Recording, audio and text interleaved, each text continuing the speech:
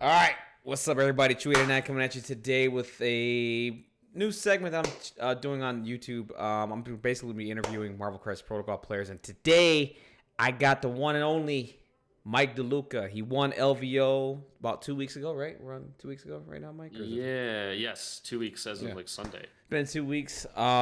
Took first place with his Web Warriors roster and played fantastic Saturday, all throughout the weekend. I mean, we could talk about Friday and the weirdness that happened there, but all throughout the weekend, played phenomenally. And right here, I'm just gonna give you the floor, man. Just go ahead and introduce yourself, Mike, and tell us about Sweet. stuff.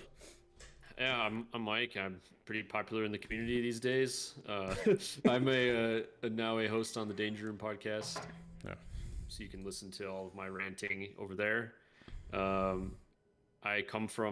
This is my first minis game. I come from like a board gaming background. I enjoy hobbyist board games. I played Magic for a little bit. I'm definitely the control style Magic player. Blue's my favorite color in that game. It kind of carries over to Marvel. Play a lot of control style factions. I enjoy the most. Enjoy the league. I love this community, and that's basically it. Yeah. Yeah, and you're an awesome.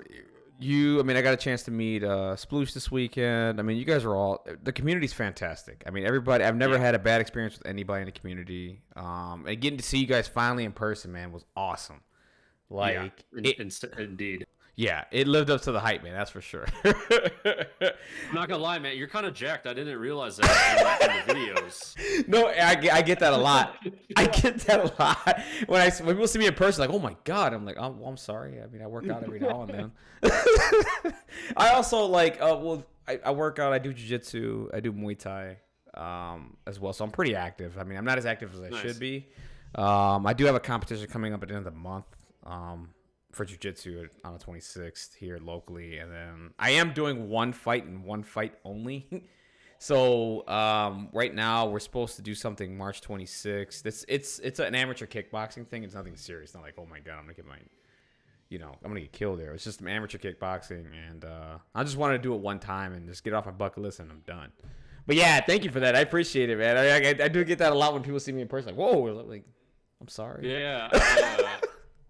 I go to the gym. I kind of fell out of my routine, but I'm rebuilding it now. But taking a break at the moment. But I was a big rock climber for a while. Nice. As well. So nice. Yeah, I did a little bit I did rock climbing once here at the indoor building facility here. But dude, man, if you're good at that, dude, holy shit. Yeah, I was really good right before COVID, and then like the gyms closed. I kind of lost my motivation, and I've just kind of taken a break since then. Yeah, it's all good. You'll get back at it again, man, eventually. Yeah. So yeah, man. Honestly, I want to get your thoughts on LVO the entire weekend. Just go ahead, man. Tell us everything about it. Yeah. Yeah. So obviously, all the content now is Tyson, Omnis, and a little help from one of my locals, James. They did the event. It was spectacular. Obviously. All the mats were marked. There was clocks in the finals. The terrain was all like they had like 50 tables of painted terrain. Everything was on schedule. There's not really anything to dislike about it. Vegas is a massive venue. It's a good time. It's fun to see everybody. A little bummed that a lot of people couldn't make it due to COVID problems, but I guess that's just the nature of 2022. Yeah. Yeah, I mean, I played my now famous and/or infamous Black Order Web Warriors list. People have been trying to pick it up and take their spin on it and whatever. Right. People want to make changes to it. I probably disagree, but yeah, it's a good list. It's really strong. I enjoy playing it. Yeah, no, that's awesome. Yeah. That's awesome. So I mean, I guess my question, I mean, how long have you been working on that roster? Like, it's been a couple of months. Yeah. So I talked about this a little bit on our pod, but I started with a Sam Black Order list right after the new rules dropped back in November. I was playing around with that. And then I realized the Avengers don't need any help from Black Order. They're like probably the strongest mono affiliation in the game. And so I moved on to Web Warriors. I have a lot of experience playing Gwen in Wakanda. Okay. And after that, it was so like I mean, if you can pilot Gwen correctly, you can pilot Web Warriors pretty well. So that helped me a lot. And it was basically just getting up to speed with Black Order. And then I realized that I could like 6 wide Web Warriors is a really cool squad, and I realized that Proxima can be the 6th character in that list. I didn't need to bring another 3 threat. I had Iron Fist there at one point. Okay. I've played around with Venom, Enchantress, and Korvac Spider-Man. They all didn't make the cut. Voodoo and Panther are stellar. Okay. Voodoo's overtuned, and Black Panther is just awesome. Exactly. So. Yeah. I agree with you on Voodoo. I mean, and the thing is, if they could just do a minor tweak to his possession, I think he'd be a normal character. I think he'd be just fine. Honestly. I think he needs a few changes. He needs when he gets dazed, the Daniel token needs to be removed from whoever it's on. Agreed. That's like step 1. And then step 2 is possession should absolutely be once per turn, if not an action. Yeah. Yes, 100%. So, I agree. Yeah. I think you could get away with it not being an action if it's once per turn and you have the clause where he gets dazed, it goes away. Right. Because right now he can literally possess everybody on your team to make you drop everything, and then like he can also like pull his token back if you attack him. There's no counterplay around Voodoo. He's ridiculous. Yeah, there really isn't. He comes up, shoots, does whatever he wants. Not just that. I mean, he has on his builder he has a sap. If he rolls a failure, he gains a power. So he's always consistent on gaining power. So he's gonna get to the power you need, regardless. His power economy is nuts. Yeah, it's insane. It's people are like people have said Voodoo's power economy is kind of iffy, but I don't know. If you roll 2 builders into somebody who has like power of any amount, you're probably gonna almost max out if you get any result. Right, and absolutely, and that's literally just without. I'm not even talking about doing damage yet either. I'm talking about just like a trigger, just saps and skull, skull power. Yeah, saps and skulls. Yeah, it's insane. It's ridiculous. But yeah, no, it's pretty cool. So let's talk about Friday, because Friday was interesting, right? I mean, that was crazy town, like weird dimension nonsense going on. It was, man. So your first game was much talked about. I mean, it's on. By the way, if you guys want to watch the matches, they're on Omnis Protocol's YouTube channel. Go ahead, get out there and watch those matches. They're all really good. But that first match, there was that Steve Avengers player, right, with Cable? Yeah. Joey Hansen was playing Steve Avengers with Cable and like Zemo and Deadpool. And he had Luke Cage, I think, was the rest of his squad. I got Prio. I took Secures. He picked he got Demons off me. This was when I had Demons in the list as my 3rd Secure. And, okay. He got Hammers, so we played Demons Hammers. I think he picked 18, and I played Black Order with Toad. And he played that Avengers squad. And I basically, his Cage picked up a hammer, and I just opted to not pull Cage in with Thanos and kill him, which was a big mistake. I should have just trusted that Corvus will kill Luke Cage. Yeah. So after that happened, like my Thanos was way too far up. We had a misplay where he Avengers assembled on 1 power with a hammer, which he wouldn't have been able to do. Oh, yeah. And then he blind obsessed like my Zemo, and I had to defensively like save my Thanos with Mothership, and everything just kind of cascaded on top of like his insane dice. Right. Put me in the coffin. So. Yeah. So yeah, that was your first loss of the day, which was shocking, right? I mean, because that was my very first game of the event. First game of the event, and I'm just sitting here. I mean, if there's any game that you were gonna lose, I'm like, okay, it'd probably be 3, maybe round 4, not round 1. I was like, oh my god. When I heard that, I was like, that's insane. And then you talked about it, I was like, okay, I think you'll get it together. So game 2, who was that? What was that? Another Avengers player? Or? So my game 2 that day was. Crap, I'm forgetting. Oh, I remember. It was against a guy who's playing X-Force. Oh, okay. I don't know his name, but he was playing X-Force. He got Prio, played Securus, got Sword, and I think it was Skrull. Okay. I took 17, and I played Miles, Gwen, Cat, Voodoo, and Panther on Sword. He played like X-Force with Bucky or something, and it was kind of a blowout. Yeah, I could imagine. I mean, especially with Sword. I mean, if you don't know how to play Sword and the match could just cascade in your favor. Like, I have some issues. Well, locally, I have a player here They play sword, and every time they play it, when I watch the match, they always play it wrong, right? They don't center around the sword bases, like securing those as fast as possible, just so you can control the game, and then just cascade with like 3 points, just snowball from there. That's one secure. I think people really need to just wrap their head around that, around controlling those secures. Yeah. You know what I mean? So unfortunately for him, I have Black Panther and Voodoo, and I'm going last because I lost Prio. So yeah, so he's just not going to score the sword base. And then I have Black Cat and Voodoo on opposite flanks, so that if the scroll is ever found, I just take it. Okay. And that's what happened. Like, he got it with Bucky on the first round, and then Voodoo just walked up, buildered him, and possessed him and took it. Only needing 3 power too. Yeah. Mm-hmm. Well, he's down 1, so if I think I rolled a sap and a skull. That's right. Sap and skull. Oh, you just get possessed. And then Black Cat came up and just took it and ran to the corner the next round. You gotta love And then it. Black Panther literally just runs laps on the sword base, taking all the councils. So yeah. Basically, he still has the auto push, right, with his builder. yeah, he does. Okay, and it's a size restriction, right? It's size 3 cap now, but no one he didn't have any size 4 plus characters, so yeah, you're just gonna push. Yeah, Panther can just like move, pounce to another point, and then he's long move, so he can single move between points if he wants, but okay, and then he can just strike somebody off and flip it. Okay. Wow. Well, yeah. So then, you take game 2, game 3. I got my local Kevin Chang game 3. He was playing Criminals. That was a really, really close game.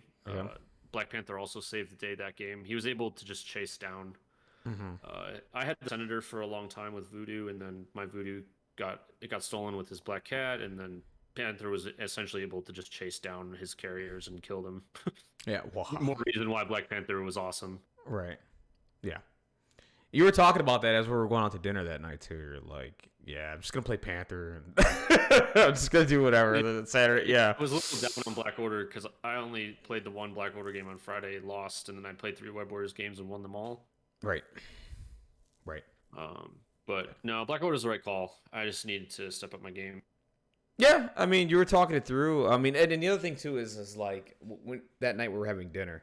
Oh, by the way, so what happened here? I'm sorry. So like, you go 3-1 Friday, and unfortunately, Mike misses cut. I was the first player to. I was at the highest placing to not make cut. I was like 8, and they took top 7. Yeah, it only took top 7, which was a bummer. So he had to go in and play Saturday. I ended up getting 4th that Friday because of the strength of scheduling thing, and I think you would have ended up top 7 if one of your opponents didn't drop. Was that the deal? Yeah, my second round X-Force player went 0-3 and dropped, so it was really bad for myself.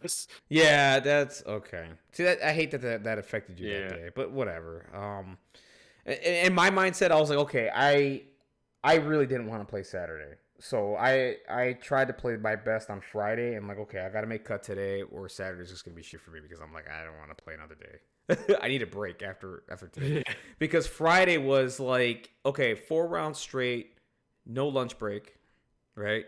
So I haven't eaten, drank anything, and I got a headache too. I forgot to mention that I had like a huge headache going to my 4th game.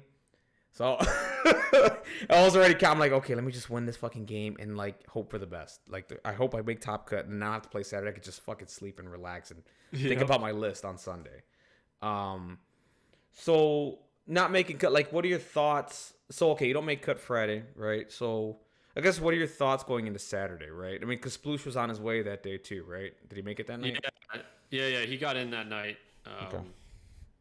I mean, like, obviously we were rooming together or whatever. Yeah. He talked to me, and he was like, dude, I saw your board state of that loss you had. He's like, dude, you got to just pull Cajun and kill him. Like, if you're playing Black Order, you just need to embrace the murder. Yeah. He's like, I know it's not your style, but you got to embrace the murder. I'm like, okay, you're right. Mm-hmm. So I made a few swaps in my list for Saturday. I cut demons, play Infinity. Okay. So I realized I can beat criminals on it with Web Warriors, so I don't need to play demons. Yep. Cut Ant-Me's weak cakes because there's no Web Warriors players for the mirror. And I brought in the Space Gem again after talking to Nate and you guys. Yeah, oh, for sure. I mean, when it's funny that you mentioned that because you're playing Thanos with Power Gem Mind, And literally the week before that, right? So I'm making my roster, and Junkie's talking to me and all this other kind of stuff. He mentions He's one of my locals. Yeah, Junkie's a real. That's my guy. Like he's that's he's my local. Absolutely. So like he's talking to me, and he's all like, "Did you hear about the Thanos mind power gem?" And I literally, the minute he finished that statement, I was like, whoever's telling you that, I said they're bullshitting you, because I'm like, there's no way you don't take space and mind gem with Thanos. It's like, I'm sorry, there's too much control for that. And I'm like, whoever's telling you that's yanking your chain, right? And he goes on and says, well, Mike D told me that. And I was like, okay, if Mike told you that, I'm like, maybe he's right. Oh wait, maybe he's right, but I'm like, I still kind of disagree. I think Space Gem is the stronger thing, because it's so much control that he has. I mean, it's never, I don't think you need the extra power with Thanos, because I think he's just going to get it anyway. But, I do understand. Yeah, go ahead. Yeah. I talked to Ulysses about, Ulysses, I had coached me on Black Order when I was starting out. Nice. Mm-hmm. He was like, well, when are you looking to play Black Order? I was like, into criminals a lot. And he's like, well, you should think about playing Power Gem, because obviously they don't really attack you that much. So you need the Power Gem powers to be able to move them. Right. Correct. You can move 3 characters on round 1 with the Power Gem instead of just 2. Right. So I was like, yeah, that makes a lot of sense. So I tried that, but then I realized after bringing like Black Panther and Voodoo into the list, it was like, oh, okay, these guys can just handle criminals. And I don't need to play Black Order. No, not at all. Space Gem was the right call. Right. Absolutely. But yeah, I mean, I like the idea of the Power Gem though. I mean, when you're talking about it, I was like, okay, like the extra power gain and all that stuff. I'm like, it's pretty cool. Yeah, I think it has value if you're playing into a lot of like lists that aren't really attacking you. Right. Like Wakanda or Web Warriors, criminals, whatever. Okay. Depends on criminals. They have Juggernaut now, so I don't know. Okay. Oh yeah, that's right. Oh man, I cannot wait to see the list for season 7. Like it's gonna be a lot of Juggernaut. Yeah, a lot of Juggernaut for sure. A lot of Voodoo, a lot of Juggernaut, a lot of Black Cat. A lot of Black Cat. It you know what? It might be a breath of fresh air from the previous season, which was all Sam spam. Maybe we'll get a different top 8 or something like that this time around. Yeah, I think it'll be more diverse, but people are still gonna tilt out. Over Voodoo, especially. Absolutely. No, I 100% agree. I would love to. I can't wait to see Xavier Protocols as a breakdown of the characters and all that, and see what the percentages are. Honestly. All right. So so now. Okay, 3-1, you don't make the cut. We're going to Saturday. Another 4-round day, right? Sploosh is here. He's your coach. He's your mentor. He's the guy on your shoulder. He's also just my luck charm. He's your luck charm. He really is, man. Yeah, he really is. So he's here. He's pep talking you, whatever. So you said, okay, so you removed demons. You played... I brought an Infinity Formula. Formula, okay. And you still have Black Order in the list, right? Yep, I didn't make any character changes. Okay, gotcha. It was Infinity Formula, Space Gem, and Disarm. Okay, and Disarm. Oh, sick. I like that, actually. Nice call there. That slot is now Indomitable, but obviously I didn't have that for the event. Right. Which, oh, man, that card. Yeah. So then that happens. So you make those changes. You end up going 4-0 Saturday. I went 3-1. You went 3-1 on Saturday. Oh, I thought you went 4-0. Okay. My first round I played some guy playing Cabal. Okay. I just played Web Warriors. He was like Cubes and Cosmic Invasion. I just kind of ran around and got all the VPs. Okay. Round 2 I played with my locals on Mayor Fisk and like Alien Core or something, and he played like Steve Avengers. I played Black Order comfortably. I almost tabled him. Oh wow. So that was cool. And then third round I played another guy playing this Dormammu Avenger, like Sam Wilson list. I saw that guy actually. Yeah, he made cut. He did. Yeah. He's a really good player. Just new to the game. Okay. Apparently he had a lot of success in War Machine. Okay. Interesting. So yeah, I played Black Order there again, and obviously Black Order is really good into Dormammu. You know this. Yeah, I do. I don't even need to be explained. Yeah. that happened. Dormammu just got, and it was also sword based. So Dormammu just got banished to the corner. Oh my god. Round. I feel bad for Dormammu. Poor Dorm. You're never gonna play the fucking game at all. Nope. So that, and then my round 4, I played against my local's brother. Okay. It ended up being a Black Order mirror. Okay. 16th threat, which I'm happy about if I don't have prio, which I didn't. Okay. But he was able to he found the Kree on Proxima after I whiffed once with Corvus, so that's obviously low odds. And then my Proxima had 15 dice to kill his Corvus, do 4 damage, and she just couldn't do it, and then I lost because of it. So okay, that was just a dicing. Corvus was rolling 5 blocks, so there's nothing I could do about it. Right. But he went 4-0 that day, and my SOS was high enough. I think I finished 5th. Good, awesome, yeah. So then you finished 5th, and now you made the cut. You played Saturday, playing great. So now we go into Sunday, and what's funny about Sunday is I think Charles made the comment about something about Mike and Sploosh playing each other first round or whatever the case may be, and he literally shuffled the seeds. I don't know how many times he did it, but he said he did it twice, and he got the same result twice. Yeah, he did it twice and got the same result twice. So we got Mike and Sploosh. Yeah. First match, top 16. I didn't get a chance to watch your game because obviously I'm in top 16 as well. I'm playing my game against Jeremiah at that point. So against Sploosh, I mean, you played Criminal Syndicate, I think, throughout the entire event, right? And some Black Order? Yeah, Sploosh. So Sploosh played 5 games in total. 4 of them were Syndicate. 1 was Black Order. Okay. Because he just played Saturday, and then obviously he lost the first round on Sunday. He lost the first round Sunday. Right, exactly. Okay. But he went 4-0 on Saturday. Oh, yeah, that's right. He did go 4-0. Yeah.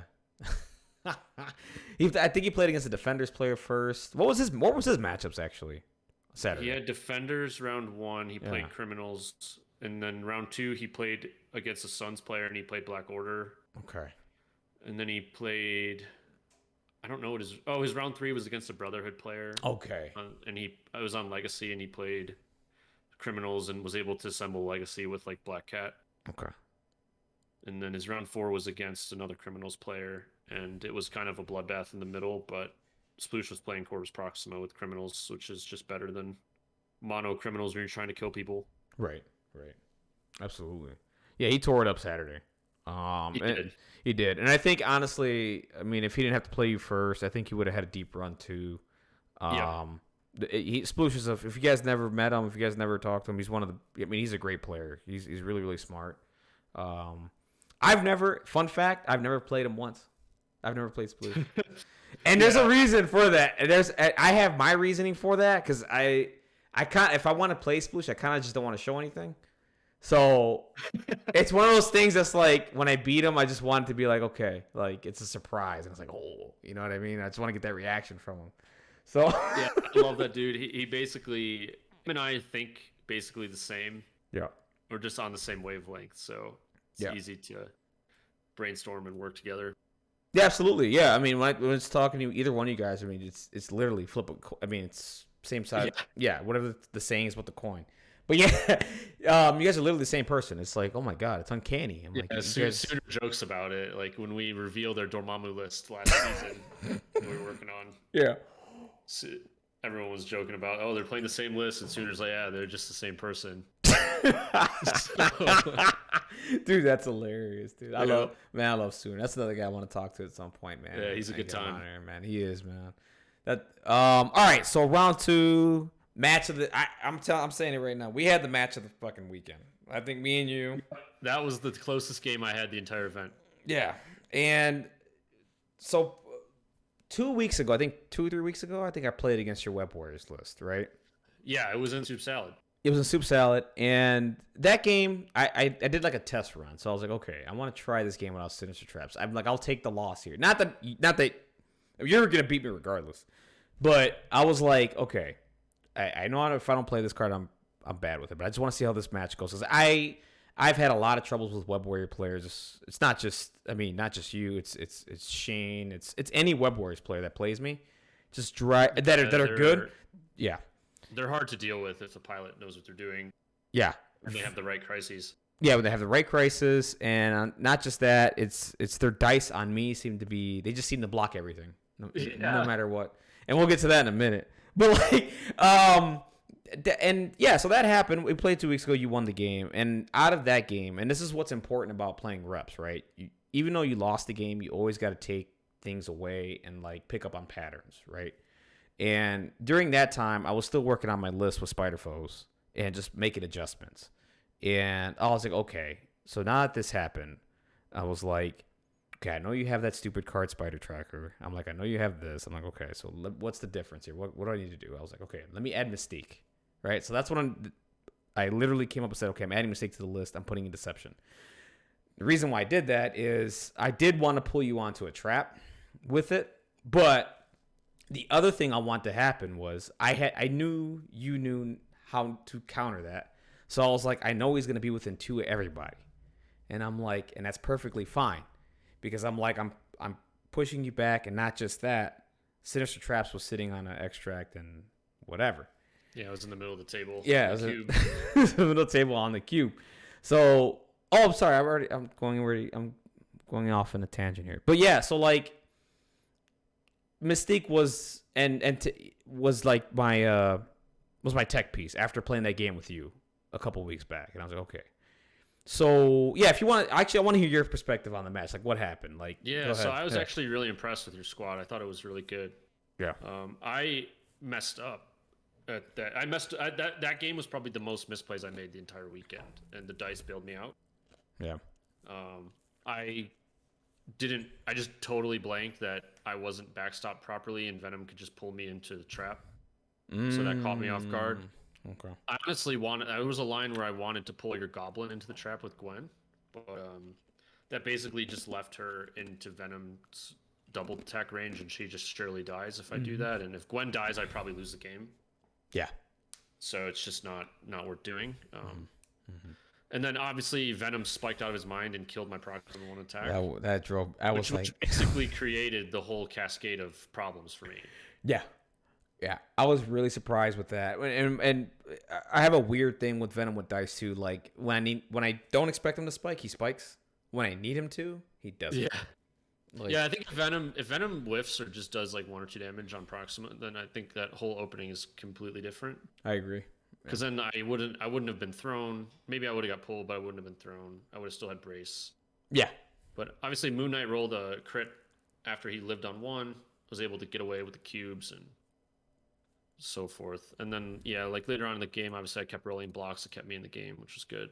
Yeah, I mean the crazy one for me was you ran out of brace for impact. That was already done.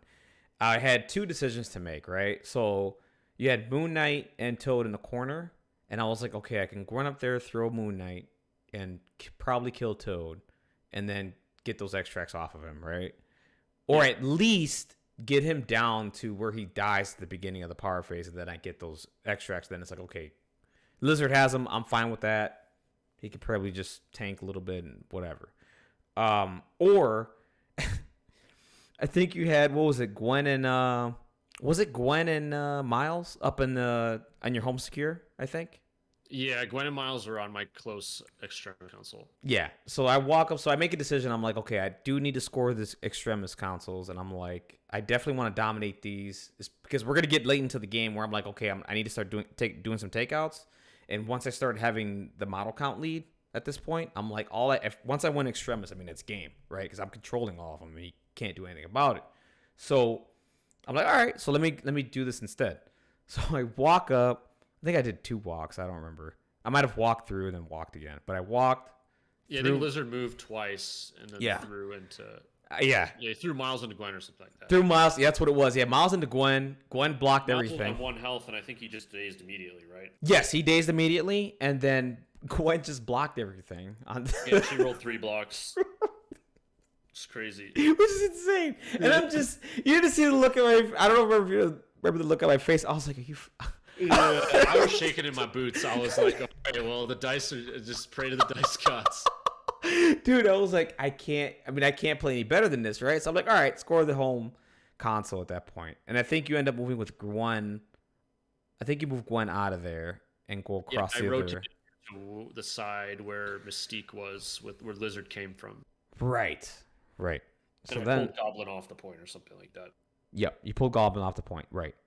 And I was like, okay, cool, whatever. So we go into round, what was it, round 4? What is it, 12 to 11? Might have been 5 or, around 4 or 5. Round 4 or 5, 12 to 11. And I think at this point, I think people were talking in the Discord or whatever at this point. I wasn't paying attention, but I went back in Discord after the game was over, and I was seeing, because they were getting updates, and I'm like, okay, I think this is where people are starting to talk. Like, okay, wait a minute, this might be an upset, right? And I'm just sitting here, and I'm like this close, right? I'm like this close from fucking setting the world on fire, and I'm like, I'm gonna be talked about for like 2 weeks, in across the Bitfrost. In Discord, I'm going to be a hero for like 2 weeks. Not a hero. I'm going to be like, you know what I mean? I'm going to be whatever. I'm going to be celebrated, right? I'm like, oh my God, here it comes. And I start to turn and, well, here was the issue. So, Toad was in the corner with Moon Knight with 1 health left. Black was there as well.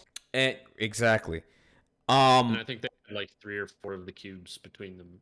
Yeah. Yeah.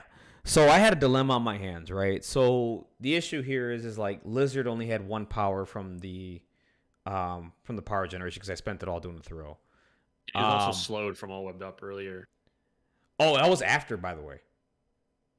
I don't know if you remember that. That was after. Yeah. I think. Yeah. He couldn't move. He couldn't move. Yeah, I think Miles all webbed upped him right before he went. Yeah. So the play before that. Yes, this is what I'm gonna get into. So like Lizard.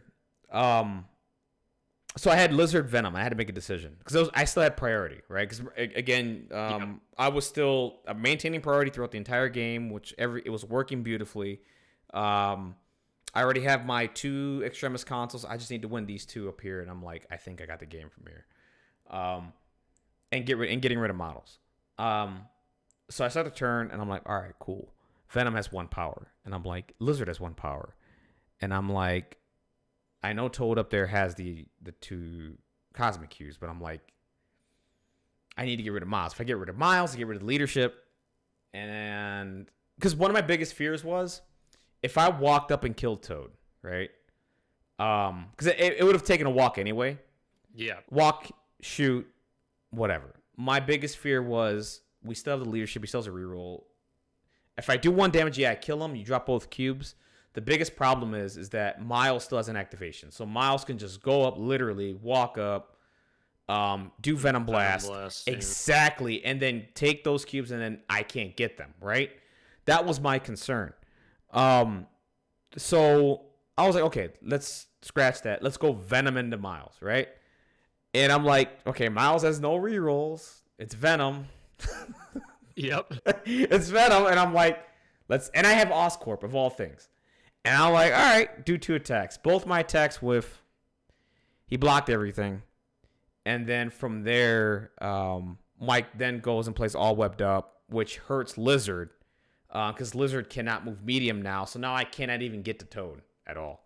Like, no matter what I do. I think, like, Miles immediately went, he, like, moved, web swinged, all webbed up like Lizard and Mystique, and then killed Mystique with a kick. Yeah. Yeah. He went and killed Mystique. Yeah, that was the other thing, too. Like, I had if I get rid of Miles there, I think the only model you had around at that point in time was Gwen. Yeah, Gwen was right next to Mystique on that point on the side. Right. With Goblin. Absolutely, with Goblin. So once I got rid of Miles, I was like, okay, I don't have much of a concern here. I can literally just play defense and just sit around and just, hopefully win the game at that point. But that didn't happen. Mike goes ahead and does that. Daces Mystique. Again, Lizard was slowed. I couldn't do anything with him. I couldn't move up to attack Toad at all to take off those 2 points. That was the other That was the other thing too. I couldn't attack him at all. And at that point, I just conceded. I went, moved on to the point, took my points, and that was the game. And then Mike goes ahead and moves on and faces Nate. That week. Yeah. So one thing I realized after our game is if I'm playing into Spider Foes, I just play Black Order for sure.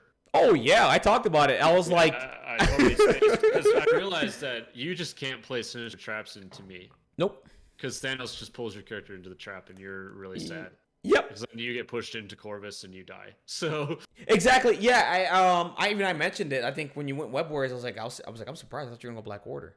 I was like, cause I like the Swide Webs when you get like Map D with cubes or spider infected. But yeah, I should have just into spider foes like that. I should have just played Black Order.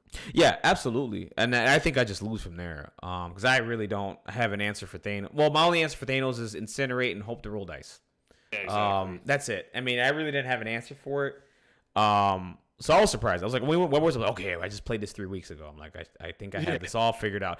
And if no one, and in that game, I think I mentioned it. Like, I didn't play one restricted card, so all my cards were none of them were restricted because, like, I knew your style, so I was like, okay, he's not gonna attack me a lot. So I'm like, whatever. I don't need field dressing. I'm like, okay, that's fine.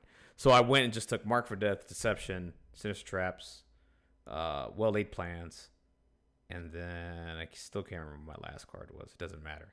But maybe Lethal Protector. Lethal Protector, yeah, that's right. I never got played because. Yeah, typically I don't ever have to attack people a lot of the time. So. Yeah, right, exactly. Yeah, exactly. So, no, it was a fun game, man. I mean, that game I took a lot from. Like, I was proud that I played well, and then I had a shot at winning it. Like, yeah, dude, that was a great game. Yeah, it was a great game. I just hate that it wasn't recorded. None of my games were recorded all weekend, which I was kind of sad about. But, that was probably the best game out of the top 4 that I played. Like, in terms of, like, spectator value, I think. Yeah, spectator value. Yeah. Because it had, like, there's, like, an upset alert here. Like, literally, it's like, here it comes. Some back and forth, and, like, we were both, like, on the brink of death at any moment. Yeah, pretty much, dude. And it literally just came down to dice, and it's fine. I mean, it wasn't meant to be, and that's okay. Like, I was just more happy with just playing that well and, like, having a shot at it, right? I didn't want to get blown out. That was the best game I've seen you play, so yeah. Well done. Same here. Thank you, man. I appreciate it, man. And, so, yeah, that was that. And then you played Nate in top 4, right? Yes, semis. Okay. Yeah, Nate was playing a Guardians list with Ghost Rider and Venom. Yeah. And okay. Obviously, the story here is that after my Friday that I didn't make cut, me, him, you, and Zach went out to dinner, talking about the day, and I was like, yeah, I never played Black Order to Guardians. Like, Guardians used to smoke Black Order even before the changes, and now they're better, and Black Order is theoretically worse. Mm-hmm. So, like, it's a slam dunk for Guardians. So, we got, fast forward to our day on Sunday, I won Prio, I got, like, Map D of whatever, and then he got Research Base and took 16 Threat. And I was considering playing some kind of Web Warriors squad because I didn't want to go into Guardians with Black Order, but it just doesn't work out for the points. It doesn't make any sense. Like, I'd be sending Panther into a bunch of energy attackers, and Angela throws whatever, and it's terrible. Right. Yeah. So I was like, screw it. This is why I brought Black Order. If I don't play them now, why are they in my list at all? Exactly. We're gonna live and die by this. That's awesome. Ride the lightning. So yeah, I just put them on the table, and Nate totally thought I was going Web Warriors for some reason, and had he went 4 wide with a bunch of, like, anti-Web Warriors tactics cards, so he was just, damn. He's like, I think I lose. You hate to see it from like a good, like, a entertaining game perspective, but obviously as somebody who's just trying to win, it's great, Oh, for sure. And I mean, wow, and what a mind fuck there, by the way. That's crazy. Yeah, he was thinking you're gonna go Web Warriors. Wow. Yeah, I mean, so my list has had this. It was not intentional, but my list has created, like, this crazy list chicken for people, where they really don't know what I'm gonna do a lot of the time, because I could go either way, and there is no, like, hard and fast rule for me. I kind of just wing it. Yeah. And it, like, a lot of people just don't bring the tactics cards they want, or they don't bring the characters they want, and then they're, like, unteched for what I'm trying to do. And problem is like, Web Warriors and Black Order, like, kind of want you to be teched into them, but in 2 separate ways, so it becomes really taxing to, like, oh sure, yeah, absolutely. And that's what the strength of having, like, a dual affiliated list is too. Like, when you look at someone's roster, you're like, okay, they can go Black Order, they can go Web Warriors here, like, and you're thinking, and now okay, you're thinking as yourself as a player, like, that's looking at this person's roster. You're like, okay, I'm playing Guardians. I'm like, okay, I know. And on top of that, if you know the player, especially if you had conversations with him throughout the weekend. That's the other thing too. You're gaining information, right? So, we're listening, he's listening to you throughout the weekend. And he's like, okay, he's talking about web warriors. He probably just got stuck in that rut, right? And he's like, he's definitely going to go web warriors. Yeah. But that's the strength of that too. It's like, you never know what you're going to get. Like literally, like when we played, I mean, I mentioned it. I was like, he's playing Black Warrior. He has to. It's Spider Foes, right? But then, but then he went Web Warriors, and I was like, shit. That's just my experience with Spider Foes as a matchup. Right. And luckily for me, like the cards I played, I was like, he's playing Web Warriors. I'm like, yeah. I made the right call. Like I was like, exactly. Whatever. So no, man. I mean, do you think dual affiliated is the way to go going forward when it comes to roster creation, or does it matter? It depends. I've played so much of this game now that playing mono affiliation like is not super interesting to me because I've played all the affiliations a lot. Like I love this game and I'll play it no matter what. But sure. Lately, I've been working on a lot of dual lists just to like try to optimize things, see if I can. Yeah, agreed. So like this one is the best one, but I also have like an A-Force Wakanda list I'm toying around with. Ooh, which I think has a lot of legs. That sounds fun. But yeah, I think dual affiliation is really fun. The thing I think why you don't see it as often is because it requires you to play two affiliations very well, and it taxes your turn 0 decision making a lot. Okay. So you have to like understand what your opponent's doing, and then pick what you're doing that's best into what they're doing, which can take a lot of games to really pin that down. Yeah, for sure. And then you also have to have like all your crises have to play well with both of your affiliations. Because if you're playing like, I had webs in Black Order. If I'm playing demons, like I can't really play webs on demons. Right. Exactly. So yeah, those are more considerations. So I think it just has a higher skill ceiling, and you really have to just ask yourself a bunch of questions before you pursue that. Definitely. No, definitely. I can see that. All right. So then you take game 4, and then game 5's against Hyper Viper. Right? I mean, I'm sorry, game 3. God, I'm lost. Game 4 is Hyper Viper, yep. Yeah, game 4 is Hyper Viper. So now we're going to the finals. It's Mystic Wakanda Herb and Extremis. Extremis, right. That's right. I had Prio for the 4th time that day, so I was very thankful for that. Hyper Viper took 15 threat. Makes sense because I can't play full Black Order at 15. He really, really loves Hulk, so... I kind of knew that he was going to play Hulk, and then it was just a matter of what other Avengers goons he's going to field with Hulk. Right. I really didn't want to see herbs because I was going to figure Hulk would just play goalie and try to kill my characters as I try to score the herb. Oh, yeah. I've played Corvus Thanos Toad at 15 herbs into Hulk, and it gets really dicey to try to kill Hulk. Yeah. Especially now. Basically, yeah. It feels like a coin toss. Yeah. Like even with Mark for Death, it feels like a coin toss killing Hulk before he kills you. Yeah. Agreed. So that's without. If I have Proxima, it's a different story. But when it's just Corvus, yeah, it feels like a coin toss. Yeah, it really does. So I opted to just play Voodoo Toad, Miles, Gwen, Cat, and I was like, okay, well, I can at least stop him from scoring. So if I can just like run around I was expecting to maybe score it once. Yeah. Because I had mission objective and last activation. So if I can just like leave Toad outside of like Hulk's threat range, I can just go last and move Toad in and score it once before I get killed. And then hopefully he doesn't score it at all because I have so many characters to stop him. Okay. That I can maybe go to round 6 before I get tabled with a VP lead. That was my plan. Right. But he opted to just grab the herb with Hulk and run it back.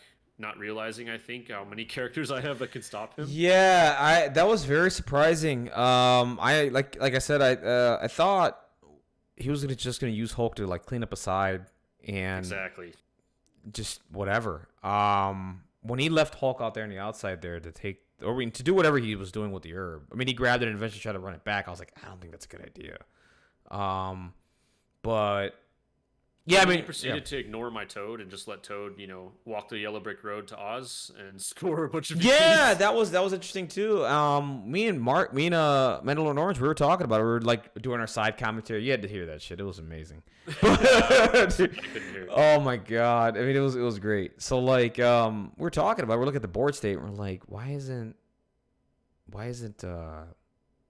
Sam like chasing down Toad at this point? And like, why didn't he just send someone down there just to harass Toad to stop scoring that point? Because once he scores the 4 VPs, I mean, the game's over. I mean, the thing about Wakanda and Herbs is one thing.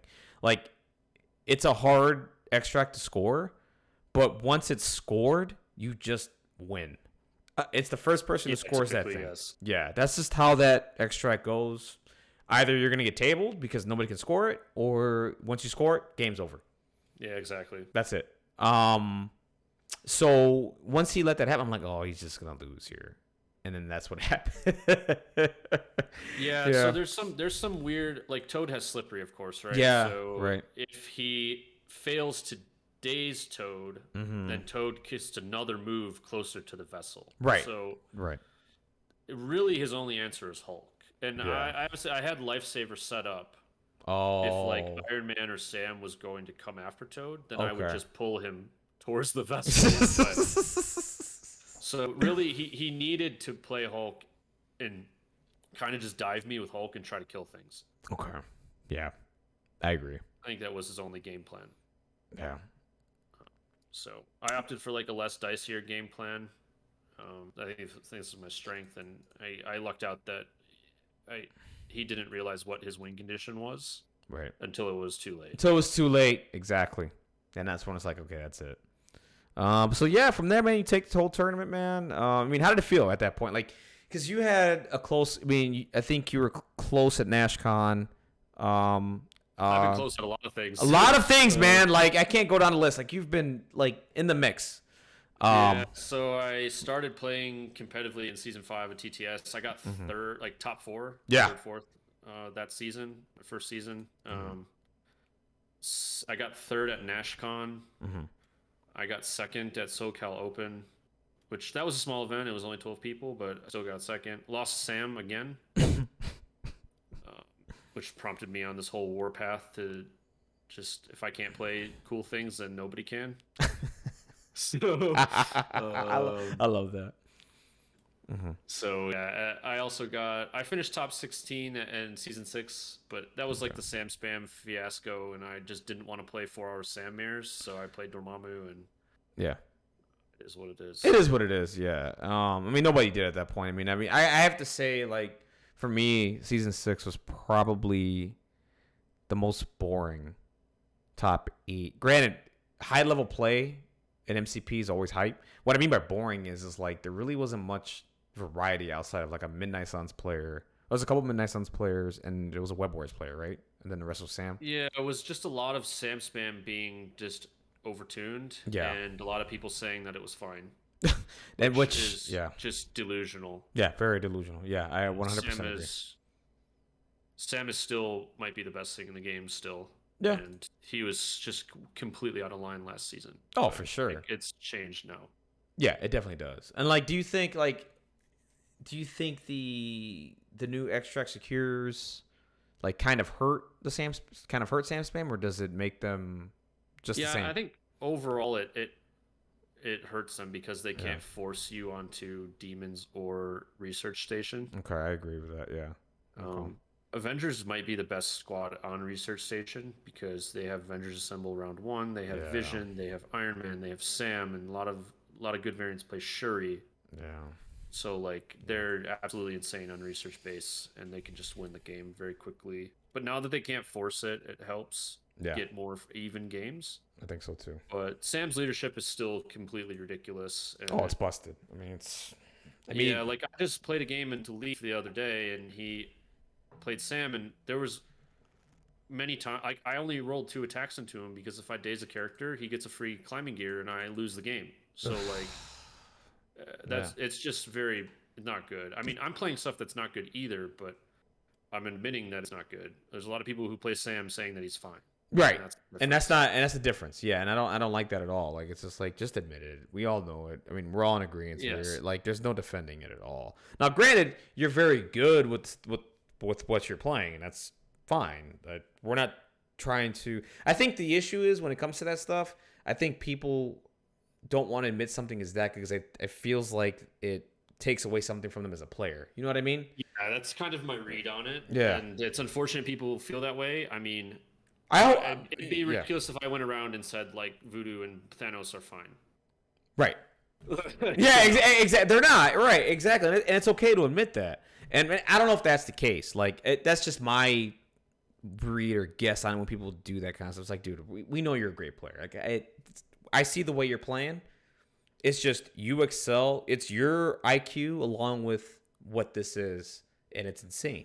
You know what I'm saying? It's ridiculous. Yeah, there was a lot of people who had newfound success when Sam Spam put into the Yeah. game.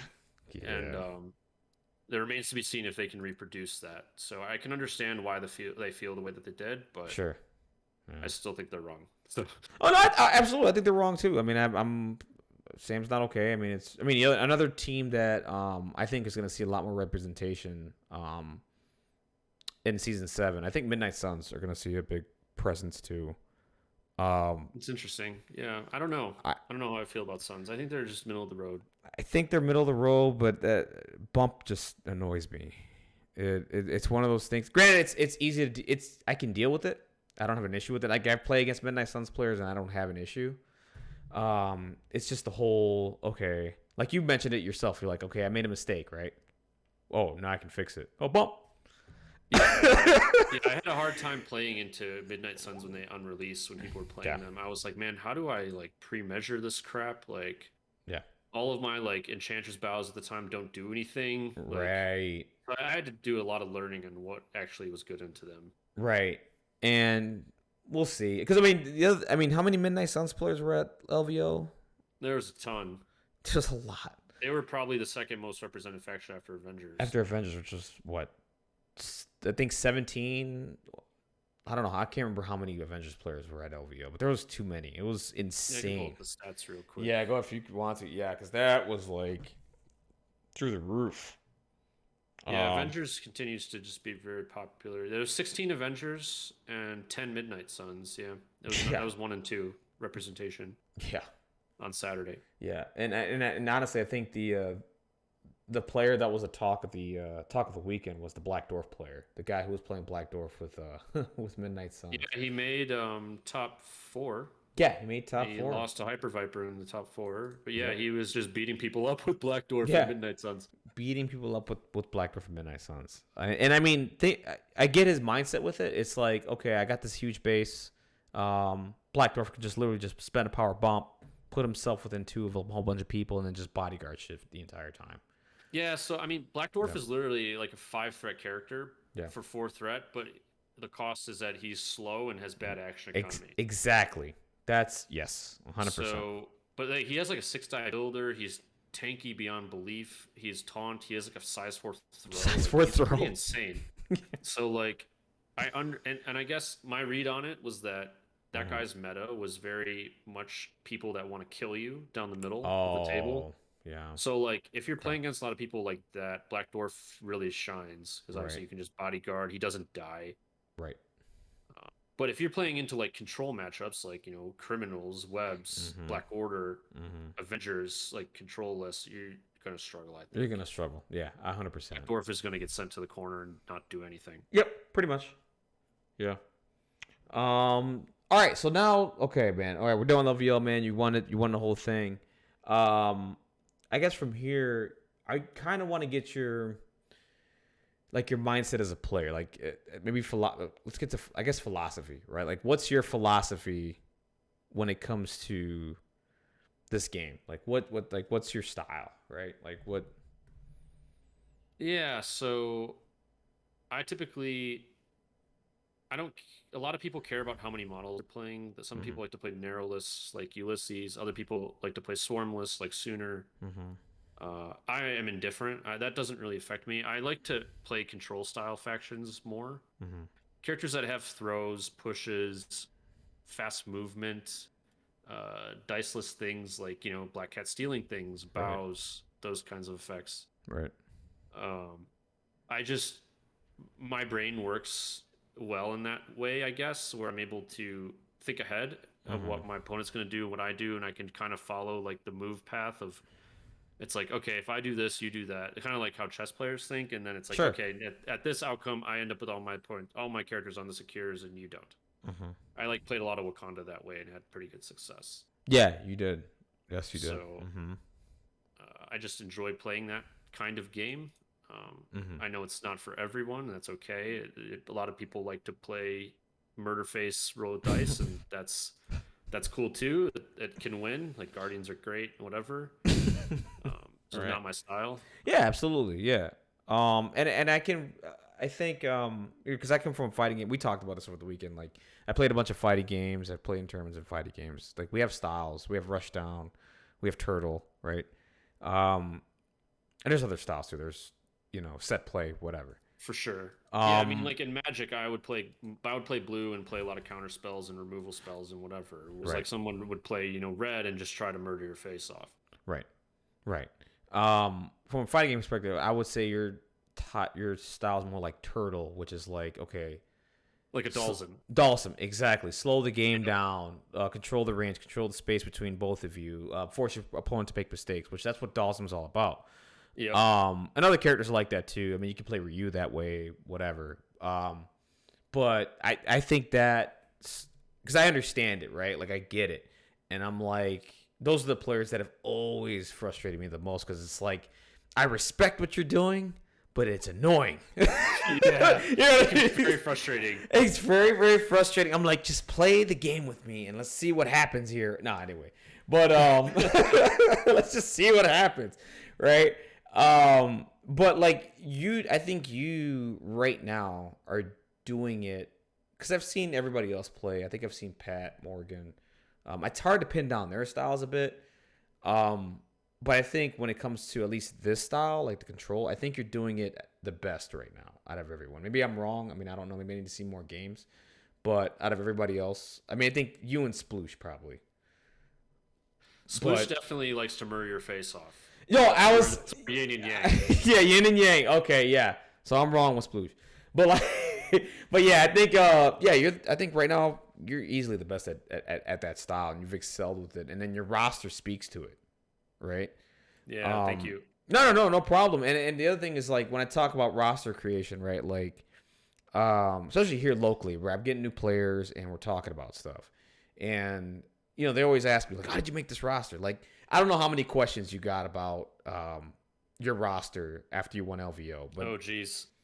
Yeah, I got a few. And everybody says, hey, like, why'd you do this? Why'd you do that? It's like, well, it's a lot of play testing, right? You got to play a lot of games, and you got to play to your strengths and play to your style, right? And you got to mix in, at least my mindset is you got to mix in a little bit of everything, right?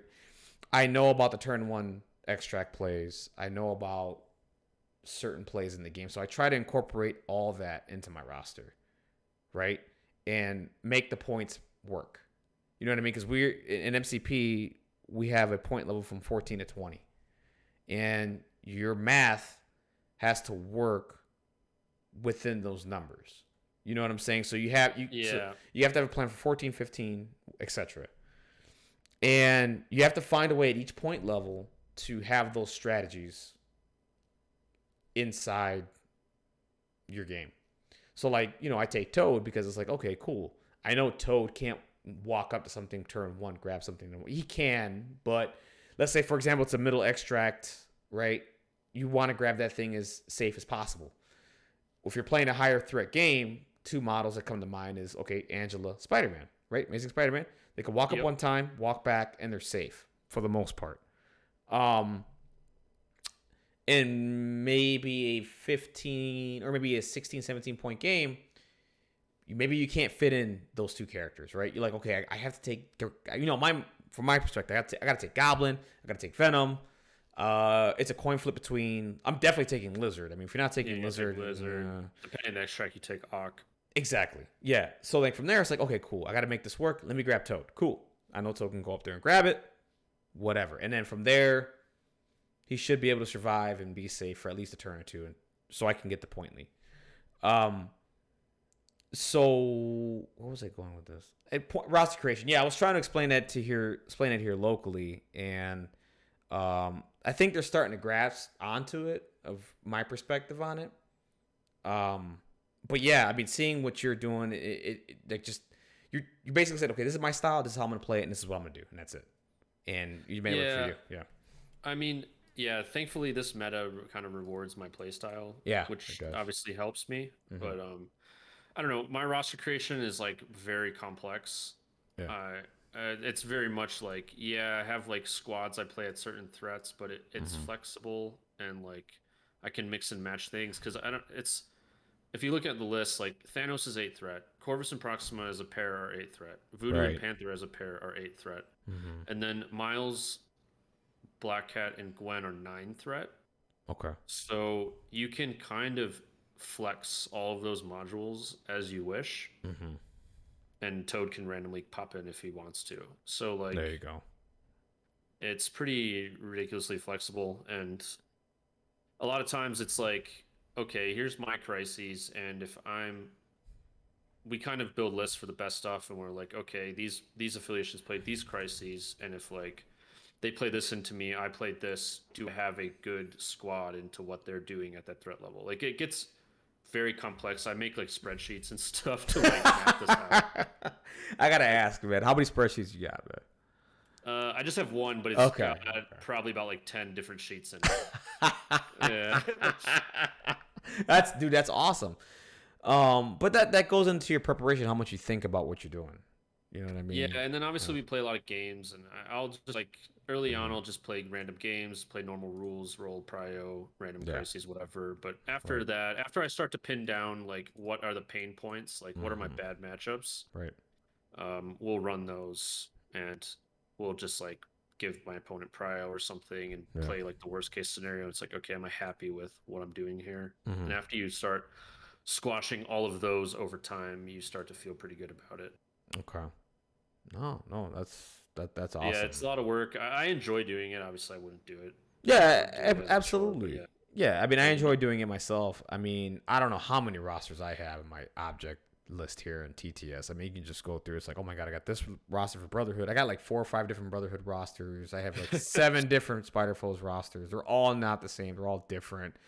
I mean, but that's how I think about it too. It's like, okay, like I know I'm bad against this. Let me change this, do that, and try it out.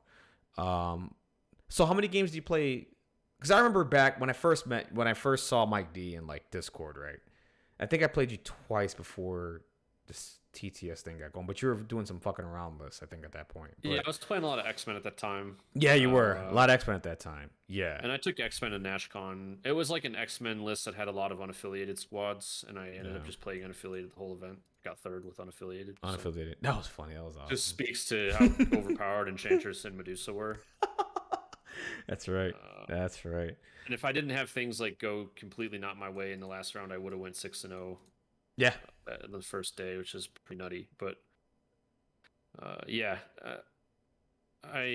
played a lot of stuff. Mm-hmm. I guess your question was how many games do I play? Yeah, how many games? Yeah, I mean, yeah, on average, like, what would you a week? Like, a week. It depends. Okay.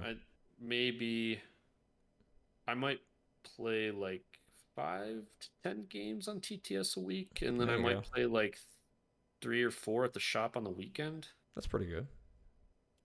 I haven't played that much this week. It's kind of variable, but if I'm like trying to go hard, early on in a list, I'll just play an LFG channel. Okay. Just against random people. Like the more random, the better, because I kind of just want people to throw random stuff at me. Yeah. Like not necessarily like tuned in meta stuff, because I want to see if I get caught off guard. Exactly. Yeah. I mean, I love doing that myself too. Like I really like. I already know about the meta. I'm like, okay. It is what it is. I know what's coming. I would rather see the shit that I've never seen before, or seeing if playing against a new player and see if if I'm playing poorly, right? Because if I lose to them, I'm like, holy shit, like it's not good, right? They played some shit that I should know how to beat. But yeah, I mean that's a good way to gauge yourself and like, okay, if there's something out there, I don't want to get caught off guard with it. You know what I mean? Yeah, because like I could we could run the meta lists all day Right. in the dojo, and then like my first round I play into somebody who just has some homebrew craziness and catches me off guard and I lose. Like that could happen. Exactly. Yeah. I mean, with So. the whole cable thing, right? Nah. Yeah, blind obsessed Zemo definitely messed my day up. That's for sure. I couldn't believe when I heard that. I was like, wow, fucking unreal. That's amazing. Sooner called though. He was like in our chat. He was like calling it now. Mike loses his first game and then he's gonna win the event. That was a good call by That's him. what he said. I should screenshot it. Yeah, that's amazing. I Sooner has some of the best takes, man. By the way, does somebody have the sound clip of him saying Okoye does it again? I have it on my computer. Okay. Yeah, I think it might be pinned in the Dangerroom Discord. I'd have to look. Okay. If you guys ever get a chance out there to play Sooner, do, by the way, because he's really good. He's really smart. But my God, he's my favorite because I love how he gets mad about dice. And granted, everybody does. But Sooner, he's hilarious, dude. Like, to me, I'm always on mute because I'm always watching a Sooner game, right? I'm like, okay, Sooner's playing. Okay, cool. I'm put myself on mute because I know he's going to snap at any point in this game. He's going to snap, and I'm going to fucking just – you have to see me here in my room just laughing my ass off listening to Sooner. Oh, man. Are you planning on going to NashCon? We'll see. Right now, it's a no, but it's not officially a no. I got to figure some things out with, like, PTO and all that stuff. And, just, plane tickets, all that. If I'm going to drive, if I'm not. And NashCon is a good freaking time. Holy crap. It's a great time. And I'm going to try to get out there to more events. I just don't want to do LVO. I want to, I don't think I'll be at Adepticon this year. I don't even think there's much going on at Adepticon, to be honest with you. I couldn't even find like a listing for any competitive events for Marvel. All they had was like casual events and like Ultimate Encounters and whatever. Yeah, that's it. And I'm like, I'm not really interested in it. Granted, I mean, I love playing the Ultimate Encounters. It's all a fun time, but like, I can just play that with the locals. Yeah, I mean, I want to do it with the locals. I mean, if I'm traveling and going somewhere, I want to, hey, I want to play. Yeah, exactly. Play competitively and all that stuff. So, we'll see. I have to make things work, and then I'm definitely going to be at Second Wind. I mean, it's up the street, right? I'll probably go to Second One this year. Yeah, we'll see what happens. I'm going to NashCon for sure. Yeah, we'll see if I can go to another one. Yeah, we'll see. If I can get another tournament in. I want to see. And the other thing that makes me sad about one of the things about AMG is I understand they don't want to go the competitive route with this game, which is fine. It's working for them, by the way. I mean, they're doing well, I think, with sales and all that. But what I wanted to see from them was like a tournament series, or like they're doing with Legion, right? Because I feel like they're serving one side of the community more. Like, I think they're serving the casual side, which is fine. I don't mind it. It is what it is. But I still feel like they should do something for the competitive guys. Like, just do a tournament series. Like, hey, have like they're doing. I mean, they still have worlds for Legion, right? I mean, and part of me thinks they're doing it because they inherited that from Fantasy Flight. Agreed. Yeah. And they're just continuing it, whereas Marvel was their game and they never did anything like that. Right. But, right. I mean, Tyson's doing a tournament series now. Exactly. LVO and stuff. So yeah, as long as AMG just like, it'd be nice if AMG kind of endorsed it and got behind it. Yeah. And prize support and stuff. Obviously, that'd be great. But if they just keep the game balance tight and the mechanics tight and keep releasing great characters, I think we'll have a successful competitive scene. We definitely are. And I mean, I've never seen a tabletop game. Like, I'll try to watch them on YouTube, whatever. I never get hype about it, right? But when I watch a TTS game and it's like Pat versus Morgan, and it's like a 5-hour slugfest throwing down or whatever, I'm like, dude, there's so much hype shit that's going on in this game. It's insane, especially with the dice in this game. If you want hype in Marvel, go watch the game. I mean, Morgan probably hates it, but it was the game that knocked him out of the cut in season 5, I think it was. Oh. Fast Nick beat him with X-Men. Yes. In round 6 of the Swiss. I remember that. Oh my God, that game was off the rails. It was off the rails. Much. Yeah, Fast Nick's. The most entertaining MCP game I've ever seen. It was. It really was. If you go dig it up. I remember that game actually. I was watching that like in my car actually, because I just got off a DoorDash and I'm like, okay, whatever. I'm just gonna sit in my car and just chill and watch this game for a minute. I think it was towards the end or whatever. And I'm like, what? It's like, who the fuck is Fast Nick? And he's about to beat Morgan. Yeah. There was all this craziness going on. Like Domino rolled like double wild and like, killed 2 characters with grenade explosions, and like Cable like killed a panther from like across the table. Like it was just completely bananas. It was bananas, dude. And I'm like, see, that's what I'm talking about. Like it's so like there's things like that always happen in this game. It's insane. Like the game with Utility Cookie when he played against Jacob in the cut. It was Defenders versus Convocation. I don't know if you saw that game. Yeah. Yeah, Cookie was like tipsy, or he was a couple drinks in, I think. Was he? Oh, dude. Add insult to injury, dude. Because it was like I started drinking and I'm just gonna let dice decide. Dude, and did they ever? Fucking Source of Supreme Strange like was blocking everything possible, and it was just. Dude, it was one of the most amazing things I've ever seen in my life. I'm like, this is great.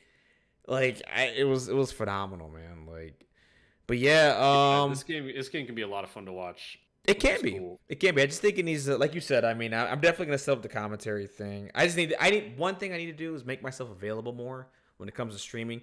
The thing with the league is it's always because of the fact we've incorporated everybody now. So it's like, okay, we got some European players, and the timing is just nutty, right? So I'm like, okay, I can't really be here to do this, but I'm gonna try to make myself a little more available during that time frame, and like, you know, put my hat in for commentary and like just try to level up the hype. You know what I mean? Because I definitely can. Let me tell you, I'm a ball of energy. If you ever met me in person, yeah, or if you ever watched any of my videos and content, I mean, I do get, you know, there are times I just get excited, man. I'm like, you know, it's Marvel, man. Like. The other thing is too, like I come from a fighting game background, so it's all about that. You know what I mean? Yeah, Marvel vs. Capcom is some hype shit for sure. Yeah, and I mean, dude, do you know what Nerd Josh is, by the way? Yeah, I've heard of him. Okay, there was one time I was playing a Guilty Gear tournament in 2015, right? And we're in a room because he hung out with like Sanford, Yipes, Nelson, Remix at that point. And he was just telling me this story about just fist fights happening right after Marvel vs. Capcom 2 came outside of Chinatown Fair, and just Remix ended up just beating the crap out of each other right after playing Marvel 2, and then literally going back in and playing each other again. Oh, man, yeah. Dude, that's the kind of stuff I love, man. That's the kind of stuff I've been around, you know? Yeah, dude, the fighting game community drama I live for that shit. Oh, like, dude, it's the best. When you get a lot of players who just hate each other's guts, yeah, and they just want to win so bad, it's so good as a spectator. It really is. It really, really is. But yeah, man, I think that's all I got, man. Thanks, Mike, man. Where can we find you? Where can anybody find you? So like I said, I'm on the Dangerroom Podcast. Spend a lot of time on the Dangerroom Discord. You can just @me if you want to talk to me. Yep. Generally pretty happy to respond to people's questions and whatnot. Obviously, questions about list building get very complicated. So, do they, dude? I was joking how I could write a white paper on like my turn 0 for my list at the moment. Yeah. It's but yeah, that's the one thing about this game is it's very hard to net deck. It really is. It's like you just don't have the knowledge of what this person's trying to do with their list. Right. It's exciting, actually. I'm happy that it's pretty cool. Yeah. I mean, it's one of the first games I've ever played. I'm like, okay, like somebody can grab my list and not be as successful as I am. Exactly. I mean? And that's typically exciting. You don't see that. Yeah. Mm-hmm. You really don't. Yeah. I'm on the Dangerroom. It's a good podcast. Mm-hmm. We cater to the competitive folk, but I mean, hopefully there's been some critiques about how we're like kind of not catering to the casual folk, and it's okay. We produce content we like, and I think there's a lot of value there for everybody if they give it a chance. Yeah, I think people. I've defended you guys. I know there were some people that were saying that stuff. I'm like, look, man, it's their stuff, their content. I mean, if you don't feel that way, I mean, you don't have to listen. I mean, we're not saying not to listen. I'm not saying that. That's completely up to you. But I feel like if you're a casual player and you're trying to learn this game, I mean, it's a great place to hear these guys out and what their philosophy is, because what you're trying to take away is what their mindset is, right, and why they do certain things. You know what I mean? And and these guys are always available too. Like Mike is always available for a game. He plays anybody. Like we talked about earlier, he plays anybody, anytime. Doesn't matter. Like Sploosh, I believe, same way. But I don't think like I said, I've never played him because I kind of want to be a surprise when I do play him. That's just me. Yeah, I mean Dizzard too. I mean Dizzard, who leads the, he started both Discords, right? The main one and the Dangerroom one, Yes. right? Yeah, he started both of those. I mean, he's always available to play games. He organized this whole TTS thing, I think, with some other people. But yeah, I mean, the people that say that it doesn't cater to casual, I mean, just kind of be open-minded to it, right? You got to understand what Mike, Sploosh, and Dizzard's mindset is and their approach to the game, right? What you should, as a person that's listening, is what can you take away from it, right? And I think you can definitely level up your game if you listen to our pod. Right. Obviously, if like theme is very important to you, like we love the theme of the game, but at the end of the day, we're like trying to win games in competitive events. So, sometimes that means like playing Thanos with Spider-Man, which doesn't really make any sense. But right, absolutely. And also, like, if we say something is bad, it doesn't mean it's bad. It just means that it's not the best. Right. It's an opinion, and what people need to do going forward is, instead of like shooting it down, criticizing, what they should do is challenge it and put it. And now you put it to the test and tell me why you don't think it's bad, and then we can have a conversation, right? That's how it's supposed to go. Oftentimes it might not come across in the pod, but when we talk about opinions on something, we've probably played it at least a handful of times. Oh, sure. Yep. Mm-hmm. So it's very much not like a hot take. It's typically like, okay, yeah, this character just wasn't performing. Right. It is what it is. Right. Absolutely. Like Gambit, is a good example. We've played Gambit a few times, and he's actually okay. And that's kind of the take that we had on it. He's fine. He's playable, but he's not the best thing in the game. No, absolutely not. Like, that's my opinion of him too. I played 2 games with him, and because my original take of Gambit, if you want to, it's somewhere in my channel somewhere. But I wasn't too excited about it. I looked at him like, this guy's gonna die, and I'm like, it is what it is. But I played 1 or 2 games with him, and I'm like, you're kind of interesting on certain secures and like maybe certain extracts or something. And I'm like, okay, I kind of see. I wish there were certain things that changed about him, but for now, if you want, I think he's okay. I don't, we'll see what happens with people out there, play testing and all that. But if anybody's got questions about like their list or game philosophy or whatever, just hit me up on Discord. Like a bunch of people do already ask me questions. I'm more happy to answer them. Absolutely. And I'll have the link down to the Dangerroom Podcast. Hopefully I don't forget. If I do, please tell me. But I'll have a link down in the for the podcast if you guys want to listen to the Dangerroom Podcast. Yeah, it's on Spotify. It's on all the podcast stuff, I believe. So okay, I'll find it out there. Yeah, I'll find it and get it out there. But yeah, man, that's it. Thanks, Mike. I appreciate it, man. You're the first episode. You're awesome. Keep doing what you're doing out there. And again, hot take: Mike's the best player in America, hands down. I'll say it. You're awesome too, Jay. So thank you for having me. This is really fun. Yeah, man. I'm glad you had a good time, man. You have a great day. You guys take care out there. And remember, subscribe to the channel. Like, dislike down below. Comment. Let me know what you guys think about this episode. And I will have more interviews coming up soon. I'm going to take my time with this. And that's it. You guys have a wonderful day out there. Take care.